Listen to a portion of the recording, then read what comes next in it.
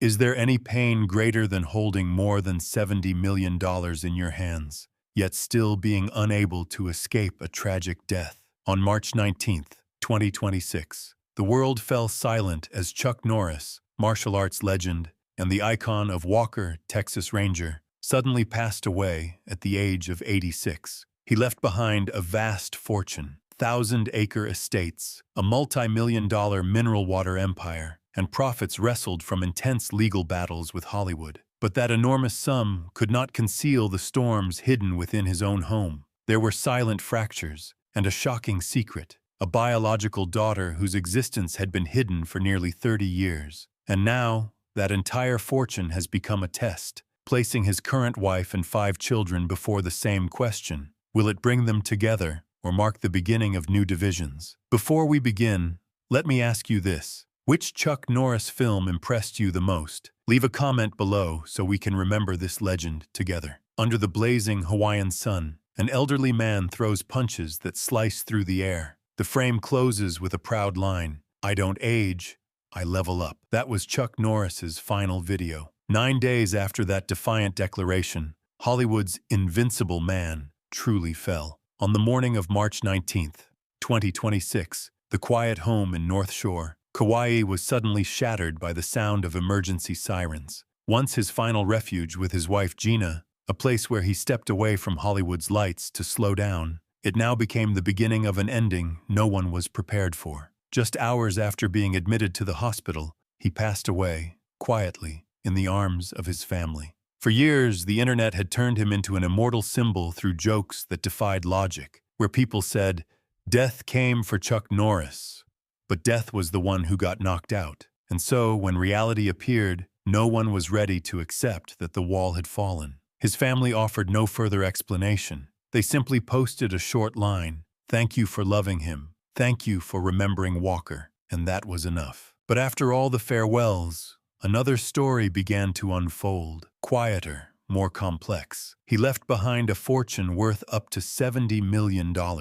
That massive number did not come from glory, but from collisions, disputes that never made it on air, family secrets spanning decades, and a final chapter spent trying to fix what had slipped through his hands. To understand the weight of that $70 million, we must go back to the very first pages of his life story, a time when Chuck Norris was not yet a legend. Back then, he was just a young man who had taken off his U.S. Air Force uniform, returning from South Korea with nothing in his hands. No backing, no launching pad. The only capital he carried was iron discipline. To make a living, he opened a karate class. But life was far from easy. In the early days, the dojo was quiet, students were few, and income was suffocatingly unstable. There were months of hardship when that small establishment seemed only a single rent bill away from collapse. But the spirit of a soldier would not allow him to bow. From a cramped training room, he held on, squeezing out every drop of sweat to rise, and eventually the reward came. That once penniless young man built an empire of more than 30 martial arts schools across the United States throughout the 1960s. His reputation spread far and wide, and the name Chuck Norris became such a mark of credibility that even Hollywood's most powerful stars at the time, like Steve McQueen and Priscilla Presley, personally knocked on his door to become his students. But in life, fame doesn't pay the bills. You can be a champion in the ring and still be a loser in the game of survival. Chuck Norris quickly realized that money from martial arts alone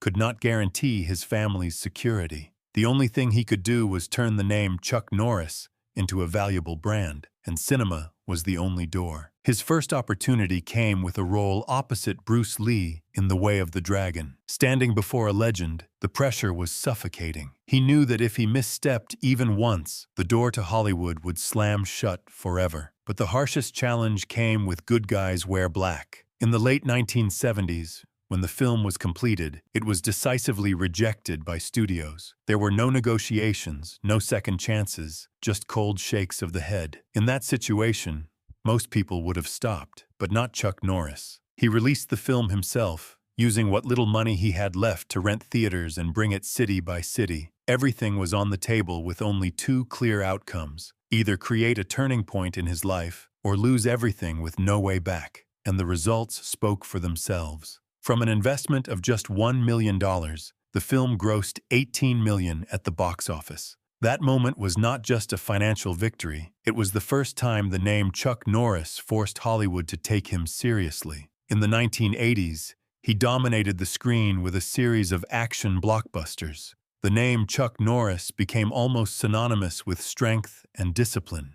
But behind the bright lights, Hollywood was never a place of gratitude. It was a cold machine, where a person's value was measured by the profit they generated, and Chuck understood that earlier than most. He did not want to remain just a face in front of the camera, take a paycheck, and quietly leave. When Walker, Texas Ranger was born, Chuck Norris pushed himself into a different position, not only the central figure on screen, but also the one holding power behind it. Instead of choosing a safe salary, he took a long-term gamble, retaining a percentage of the revenue. From that moment on, each episode was no longer simply entertainment, but a steady stream of income flowing over many years, a value system that kept running even after the cameras stopped rolling. For many, success is the finish line, but for Norris, it sounded more like the whistle that begins a harsher match. As Walker gradually became a television icon and continued to be exploited across multiple platforms,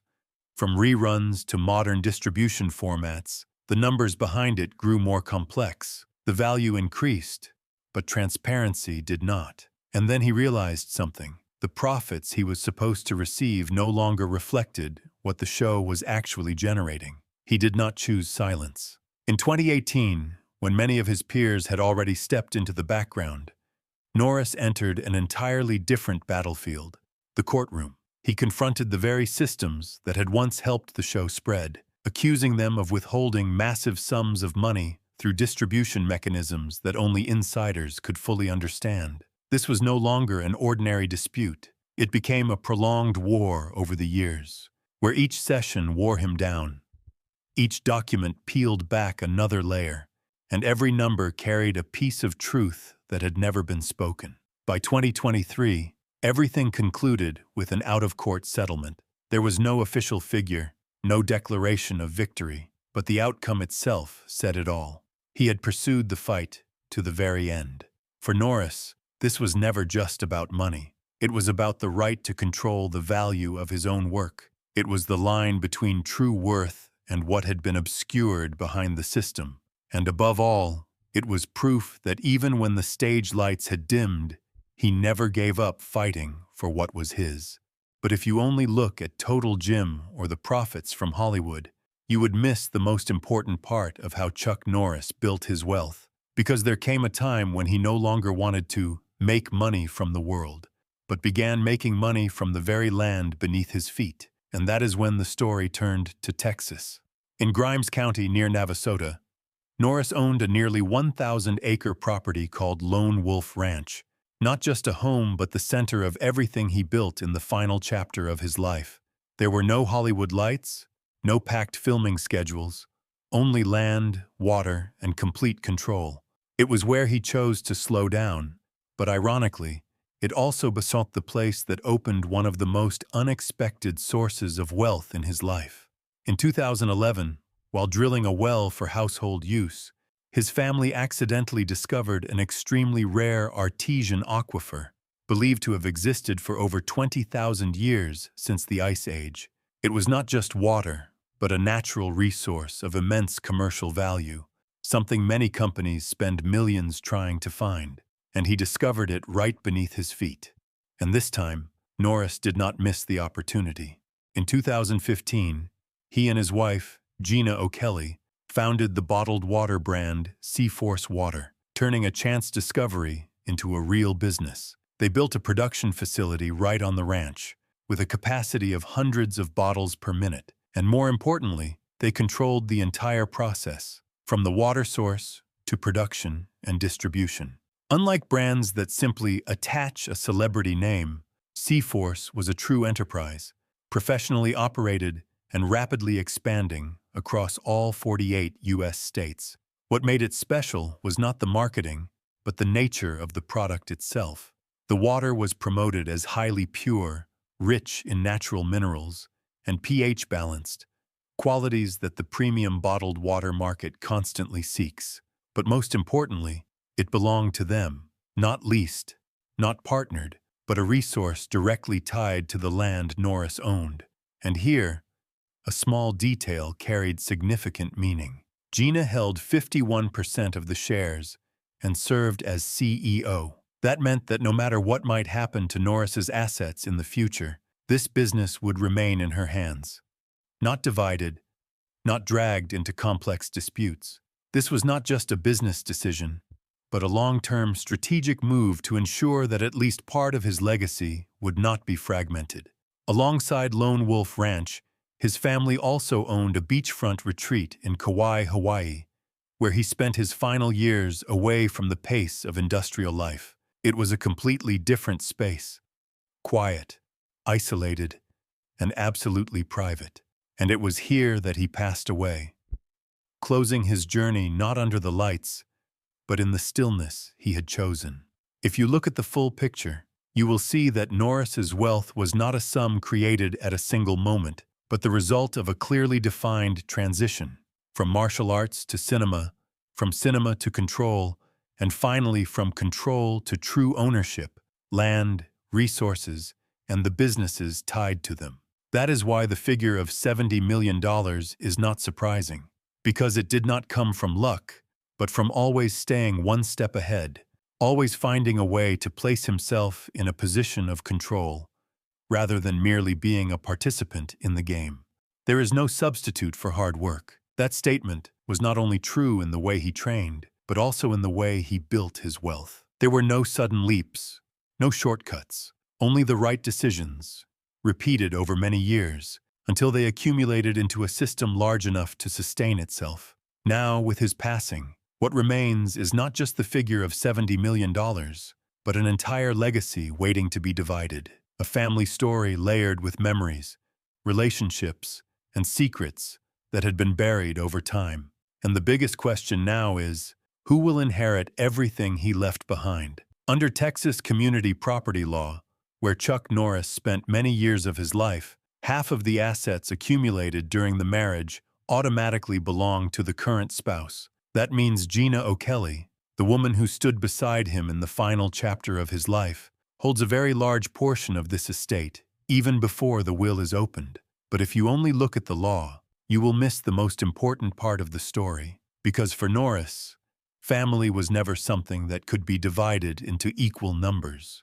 Gina did not enter his life during its most glamorous phase, but at a time when he had already passed through nearly all of his peaks. She was there when the lights began to dim, when health problems started to appear, and when he had to face decisions more difficult than any role he had ever played. When Gina suffered serious complications after a medical treatment, Norris set almost everything aside to care for her, even stepping into legal battles just to protect the woman he loved.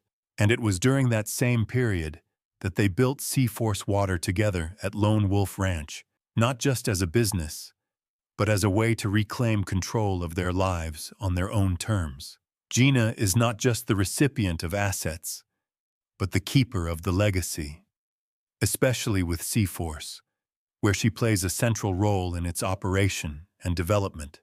But alongside her, there are 5 children, each representing a very different chapter in Norris's life.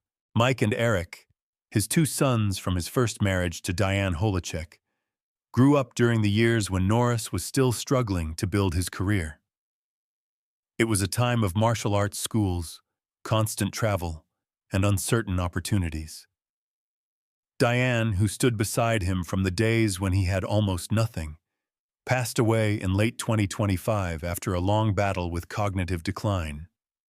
Her passing closed an earlier chapter, one that may not have been perfect, but served as the foundation for everything that followed.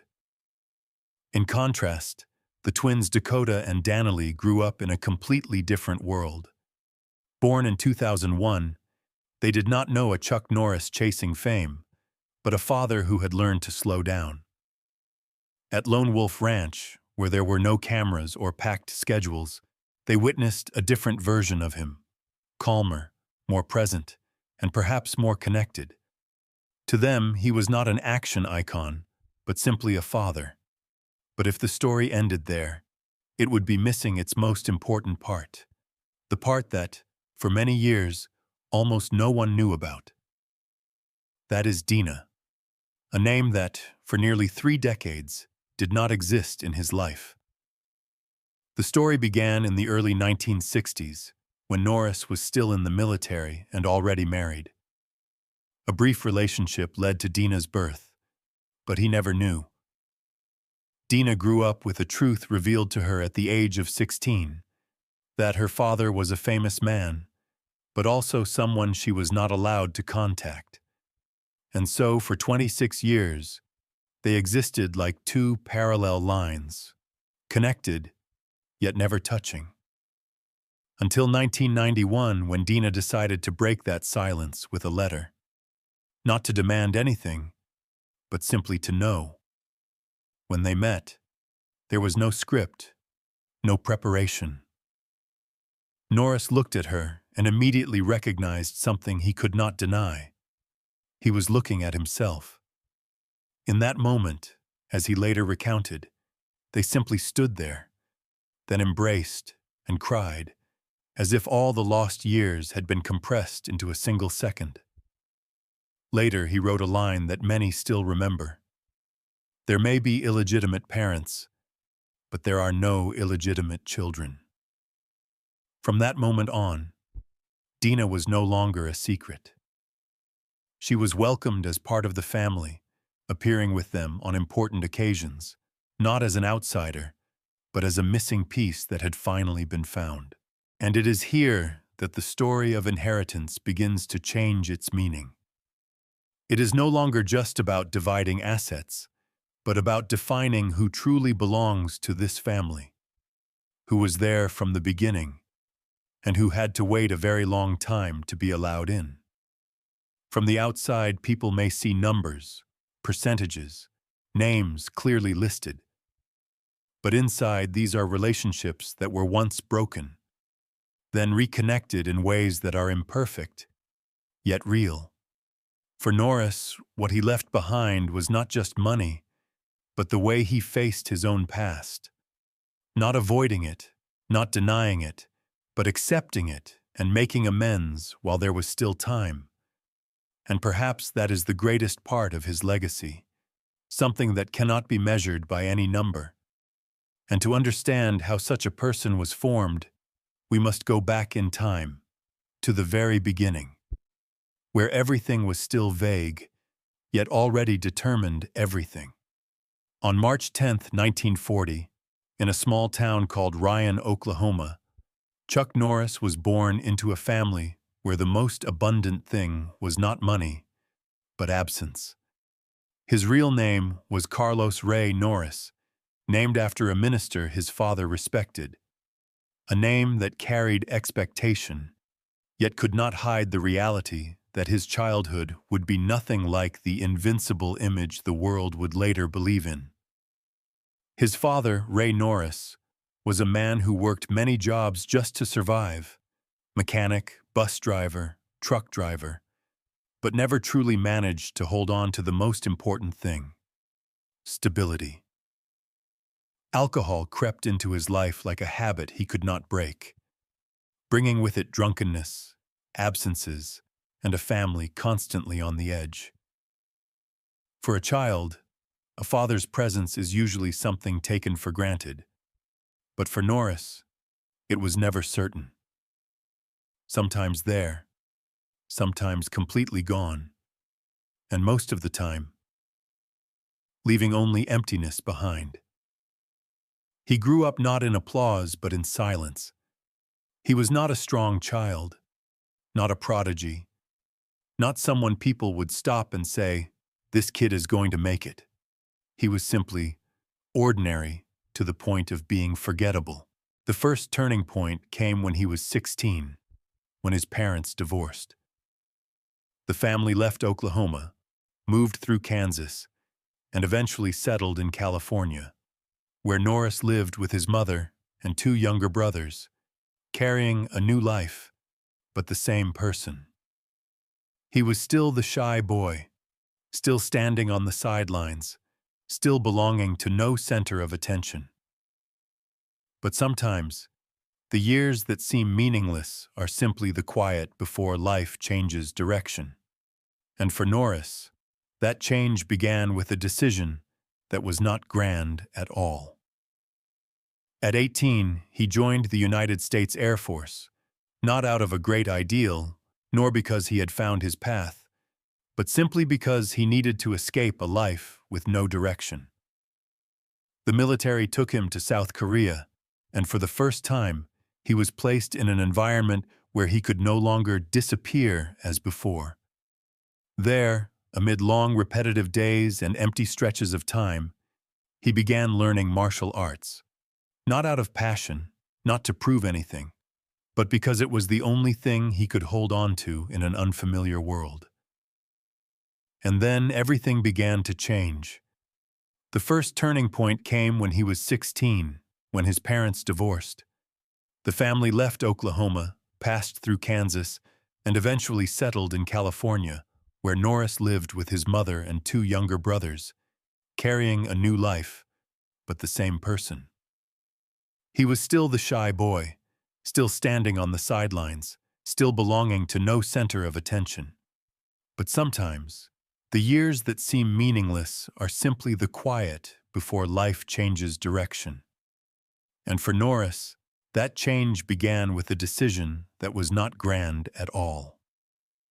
At 18, he joined the United States Air Force, not out of a great ideal nor because he had found his path, but simply because he needed to escape a life with no direction. The military took him to South Korea, and for the first time he was placed in an environment where he could no longer disappear as before. There, amid long repetitive days and empty stretches of time, he began learning martial arts, not out of passion, not to prove anything, but because it was the only thing he could hold on to in an unfamiliar world. And then everything began to change. He started with Tang Soo Do, then expanded into other disciplines, gradually building a foundation he had never had before. Not strength, but discipline. With no natural talent to rely on, he had only one choice: continue or give up. And for the first time in his life, he chose to continue. Long training sessions, limits pushed, repeated failures. None of it turned him into a legend overnight, but it did something far more important. It turned him into a different person.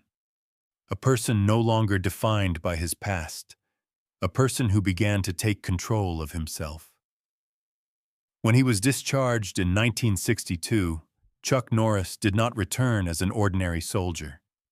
He came back with something he had never had before: a clear identity, a foundation strong enough to stand on, and an awareness that life was no longer something that happened to him, but something he could shape himself. There were no lights waiting, no opportunities prepared in advance, but for the first time in his life, he no longer needed that, because he had something more important: the ability to open his own path and keep moving forward. And from that starting point, a journey no one could have imagined became the foundation of a martial arts legend on screen. And from that very foundation, Chuck Norris's journey did not stop at his peak years, but moved into an entirely different phase after 2000, a phase where he no longer chased the spotlight, but began to control how he appeared before the public. When Walker, Texas Ranger ended in 2001, many believed it marked the end of his career, because in an industry where age often means replacement, very few people can maintain their position after leaving an iconic role. But for Norris, stepping away from the screen was not a failure. It was a choice. He did not disappear. He simply changed the way he existed. Instead of continuing to take roles that repeated his old image, he gradually reduced his presence in film, choosing only projects he truly wanted to be part of, such as The Expendables 2 in 2012, where he appeared not to prove anything, but as a reminder that he was still there, still himself, just no longer needing to appear constantly to affirm it. At the same time as stepping back from Hollywood, he shifted his focus to areas with greater control. He wrote books, not only telling his life story, but also sharing principles, philosophies he had built over many years. These books were not only successful, but also reinforced his image as someone who not only knew how to fight, but understood the value of discipline and persistence. But there was one thing no one could have predicted: the internet. In the mid-2000s, a phenomenon began to emerge. Exaggerated statements about Chuck Norris's impossible strength spread across forums, from small jokes to a global wave known as Chuck Norris facts. In them, he was no longer just an actor, but became an almost immortal symbol, a figure beyond normal logic, where people said he does not sleep, he waits, he does not win, he simply cannot lose. The interesting thing is, Norris did not create it, but he understood it. Instead of resisting, he embraced it and even leveraged it. This phenomenon not only brought his name back to an entirely new generation, but also increased his brand value in a way no marketing campaign could achieve. Old films were rewatched, products associated with his name regained attention, and his image was renewed without him needing to change. Meanwhile, in another direction, he began focusing more on personal and family-centered activities. He participated in charitable organizations, especially Kickstart Kids, an initiative helping children learn martial arts to build discipline and confidence. In a way, he was passing on what had once changed his own life to the next generation. At the same time, his life gradually shifted away from the center of attention. He spent more time at Lone Wolf Ranch in Texas, a place without cameras, without schedules, only family and the projects he truly wanted to pursue. When his wife, Gina, suffered serious health complications related to medical treatment, Norris almost completely withdrew from public activities to care for her, a decision that clearly showed how his priorities had changed. He was no longer someone chasing opportunities. He was no longer chasing opportunities. He was choosing them. And that shift drew a very clear line. If before, Chuck Norris had to step forward to claim his place, later, he stepped back to protect what truly mattered. The pace slowed, his appearances became fewer, not because he had lost his ability, but because he no longer needed to prove anything. Instead, there was a very different state, where a person fully understands his own value and no longer needs the world to validate it again. And perhaps it was in that quietness that his strength became most evident.